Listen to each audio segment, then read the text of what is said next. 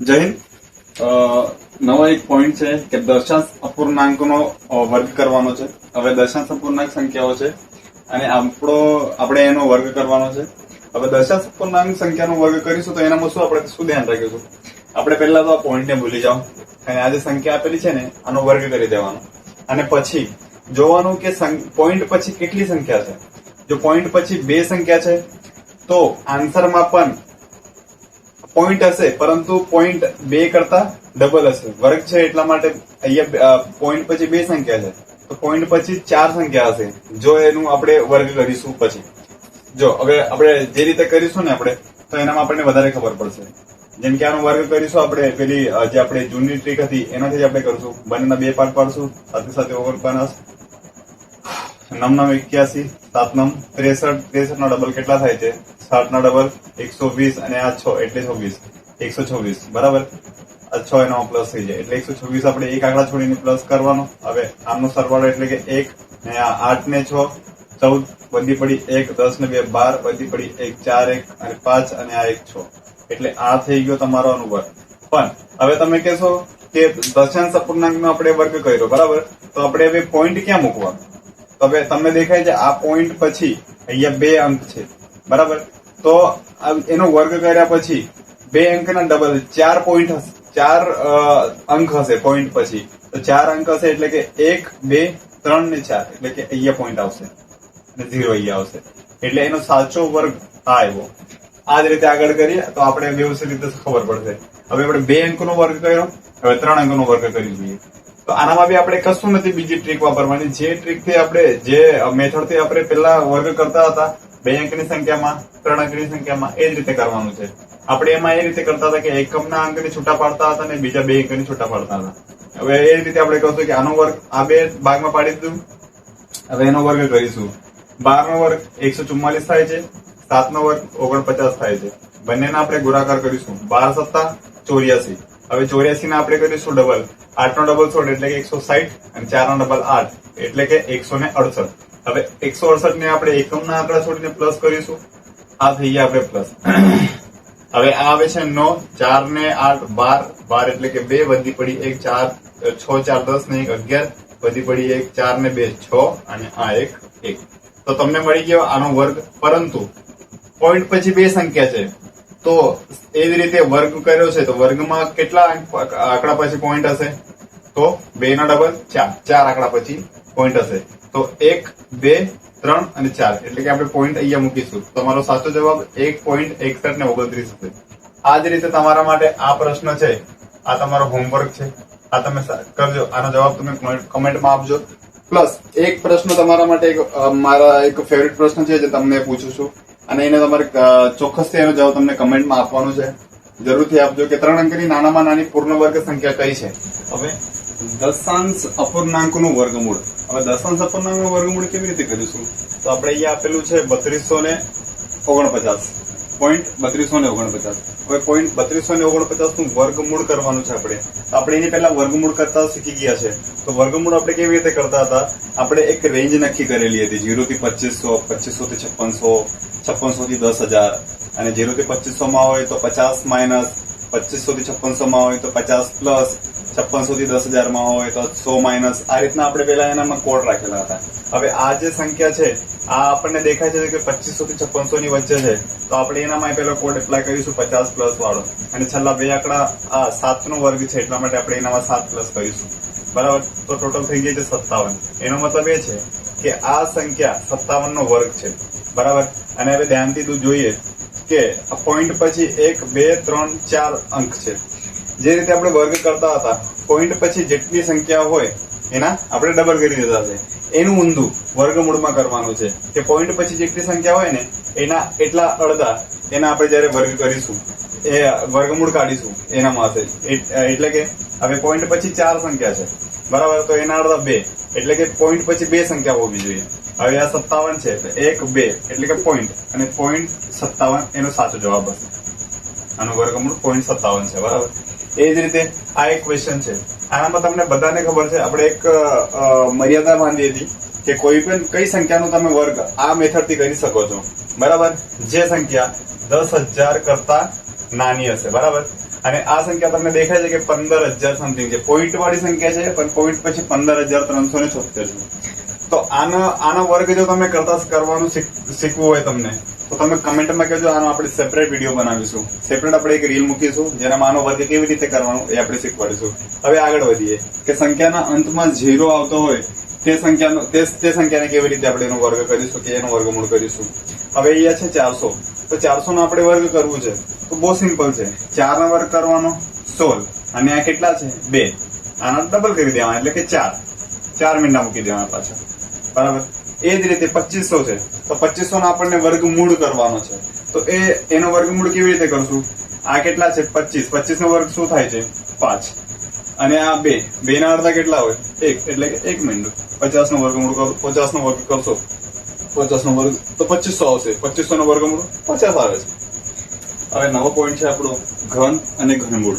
હવે ઘન અને ઘનમૂળમાં આપણે કઈ વસ્તુને યાદ રાખવાનું અને કઈ વસ્તુને આપણે પોઈન્ટ આઉટ કરવાનું છે આપણે ખાસ જોઈ લઈએ. હવે અહીંયા મેં આપણે તમારે 1 થી 10 સુધીના ઘન લખી દીધા છે કે જેમાં આપણો ટાઈમ વેસ્ટ નહીં થાય.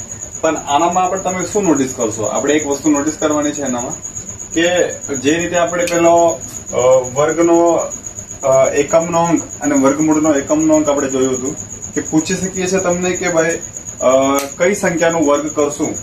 તો જેમ કે મેં તમને એક પ્રશ્ન પૂછેલો કે 6 નો વર્ગ કરશો તો એનો એકમનો અંક શું આવશે, 6 આવશે, કેમ કે એનો વર્ગ 36 થાય છે, બરાબર. હવે હું તમને પૂછું છું કે 6 નો ઘન કરશો તો એકમનો અંક શું આવશે, તો 6 નો ઘન શું થાય છે તમને 216, એટલે એનો એકમનો અંક 6 હશે, બરાબર. હવે 3 નો અંક 3 એટલે 7 નો વર્ગ ઘન કરશું તો તમારો એકમનો અંક શું આવે છે 3 આવે છે, બરાબર. હવે 8 નો ઘન કરું છું તો તમારો એકમનો અંક શું આવે છે 2 આવે છે. હવે હું તમને એક વસ્તુ સમજાવી દઉં છું, જયારે પણ કોઈ પણ સંખ્યા 2 છે, 2 નો તમે ઘન કરો છો તો 8 આવશે, અને 8 નો તમે ઘન કરો છો તો છેલ્લો એકમનો અંક 2 આવશે. એ જ રીતે જયારે તમે 3 નો ઘન કરો છો તો એકમનો અંક 7 આવશે, અને જયારે તમે 7 નો ઘન કરો છો તો એકમનો અંક 3 આવે છે. એનાથી શું ખબર પડે છે, તો એનાથી આ વસ્તુ ખબર પડે છે કે જયારે પણ તમે 8 જોવો છો અને એનો તમે ઘન કરશો તો તમને કોઈ પૂછે કે એનો એકમનો આંકડો શું આવશે તો તમે એને કહી શકો છો. જયારે પણ તમે 7 જોવો છો તો તમને એનો ઘન કર્યા પછી એકમનો આંકડો પૂછે છે તો તમે તરત એનો જવાબ આપી શકો છો. આ બંને વસ્તુ 2 માટે પણ લાગુ પડે છે અને 3 માટે પણ લાગુ પડે છે, બરાબર. પછી તમે કહેશો કે 2, 3, 7 અને 8 તો થઈ ગયું, બાકી બધું શું, તો બાકી બધું એઝ ઇટ ઇઝ હોય છે. તો જોઈ લો, આમનો મતે 1 છે તો 1 નો ઘન કરશો તો 1 આવશે, 2 ને છોડી દઈએ, 3 ને છોડી દઈએ 4, 4 નો ઘન કરશો તો એકમનો આંકડો 4 આવશે, 5 નો ઘન કરશો તો એકમનો આંકડો 5 આવશે, બરાબર. 6 છે, 6 નો ઘન કરશો તો એકમનો આંકડો 6 આવશે, 7 ને આપણે જોઈ લીધું, 8 ને આપણે જોઈ લીધું, 9 છે, 9 નો ઘન કરશો તમે તો એકમનો આંકડો 9 આવશે.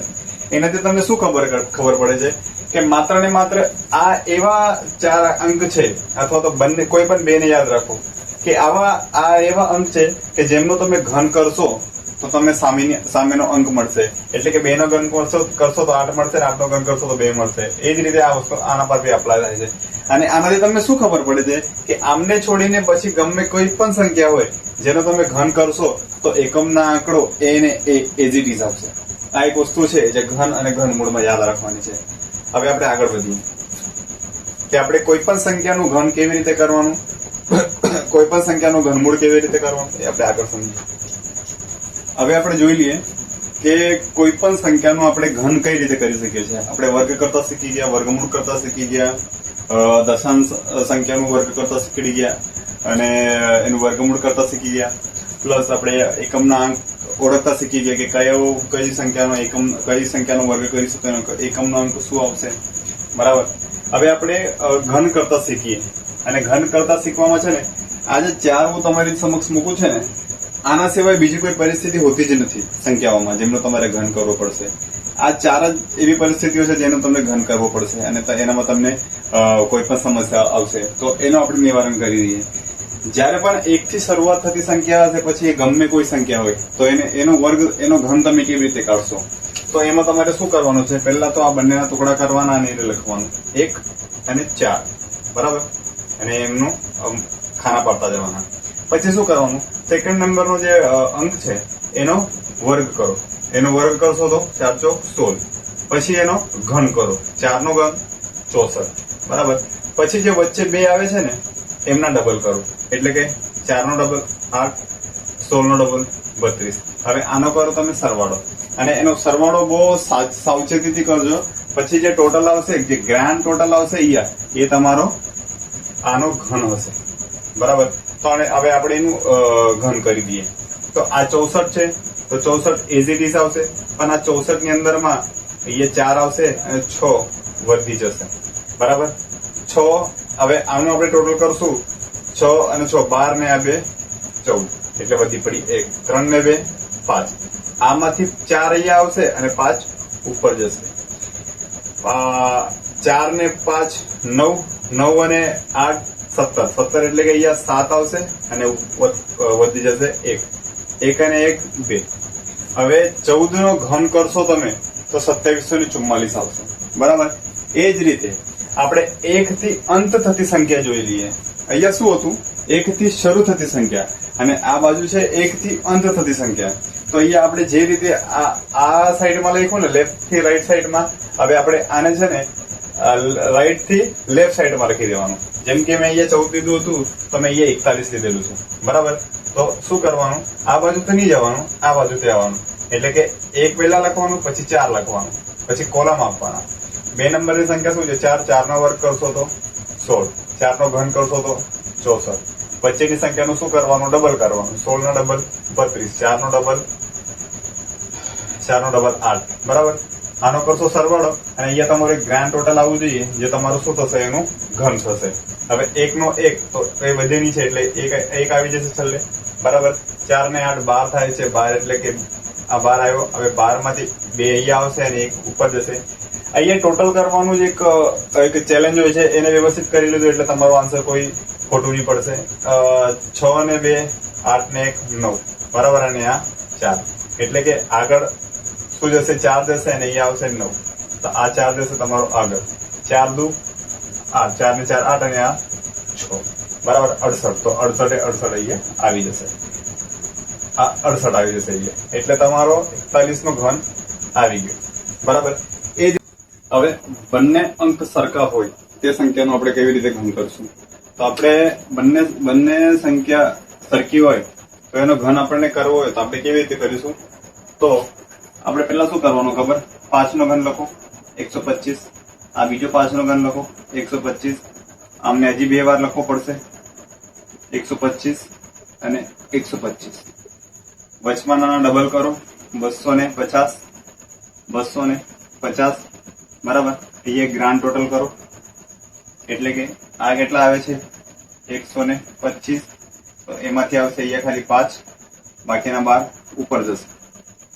2 ને 5 7, 5 ને 2 7 ને 1 8, અને આ 2 આવી ગયા 3. સોરી, હવે આ 7 અહીંયા આવશે અને 38 ઉપર જશે. બરાબર.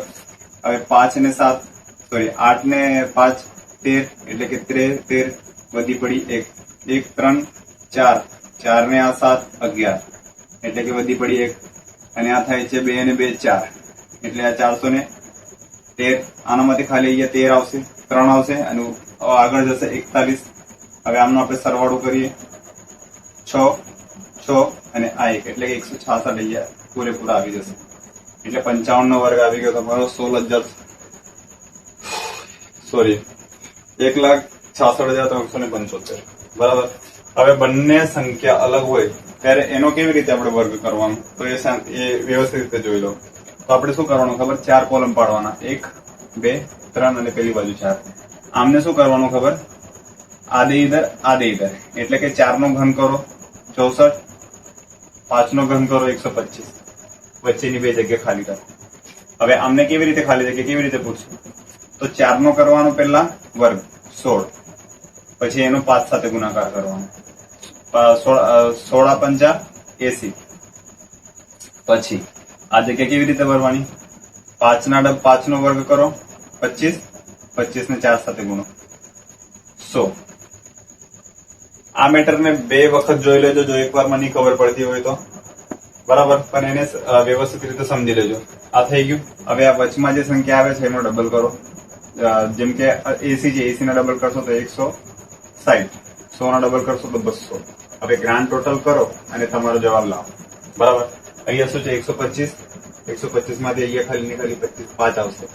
આગળ શું જશે 12 જશે. એટલે કે 2 1 અને આ 3. હવે અહીંયા આવશે તમારો 2, આગળ શું જશે 31. આ જે રીતનું મેં ટોટલ કરું છું ને એ રીતનું ટોટલ કરજો, કેમ કે એમાં ભૂલ થવાની સંભાવના બહુ બધી છે. અહીંયા 1 આવશે, 6 ને 8 કેટલા થાય છે તમારા 14 ને 17, એટલે કે વધી પડી 1 અને 1 2, એટલે કે 271. અહીંયા તમારો ખાલી 1 આવશે, આગળ જશે 27. બરાબર. હવે આમનો તમે કરશો સરવાળો. 7 ને 4 11, વધી પડી 1 2 4, 6 ને 2 8 ને 1 9, એટલે કે 91. અહીંયા આવશે 91. આ આવી ગયો તમારો 45 નો ઘન. બરાબર. આવા જ વિડીયોને જોવા માટે આપણા ચેનલને સબસ્ક્રાઇબ તો કરવો પડશે, કેમ કે આટલી બધી મહેનત કરીએ છીએ એના માટે એક લાઈક ને એક સબસ્ક્રાઇબ તો બને જ છે બોસ.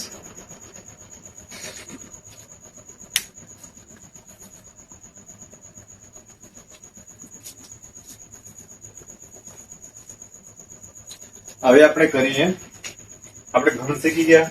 હવે આપણે ઘનમૂળ તરફ આગળ વધીએ. બરાબર. મેં ક્યાંથી એકમનો અંક પર કેમ એટલો ભાર આપતો હતો એનું તમને સાચું મૂલ્ય હમણાં ખબર પડશે. બરાબર. જે રીતે મેં તમને કીધું હતું, આ એની સ્પેશિયલ મેટર છે કે જ્યારે પણ કોઈ પણ પૂર્ણ ઘન સંખ્યા છે એનો એકમમાં જો 2 છે તો એનો ઘનમૂળમાં હંમેશા 8 હશે.